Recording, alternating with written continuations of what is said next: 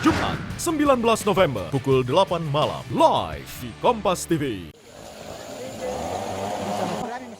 Tebing setinggi 30 meter di Dusun Butu, Lembang Randan Batu, Kecamatan Makale Selatan, Tanah Toraja, longsor beberapa waktu lalu.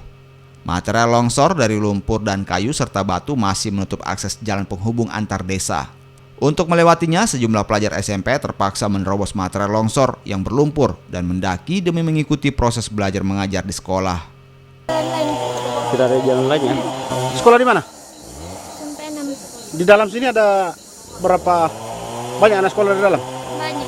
Banyak. Kondisi ini membuat aparat TNI Polri bersama warga setempat bergotong royong memindahkan material longsor agar lebih mudah dilewati, khusus bagi pejalan kaki.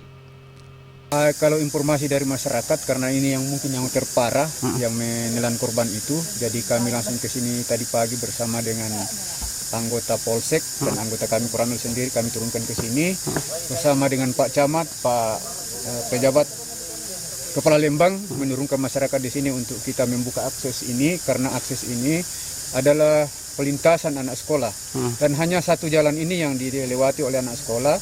Di bawah ada SMP dan di atas ada SD.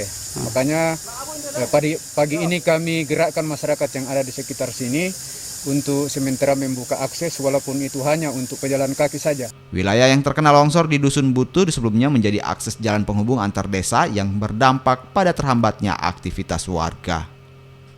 Amran Amir, Kompas TV, Tanah Toraja, Sulawesi Selatan.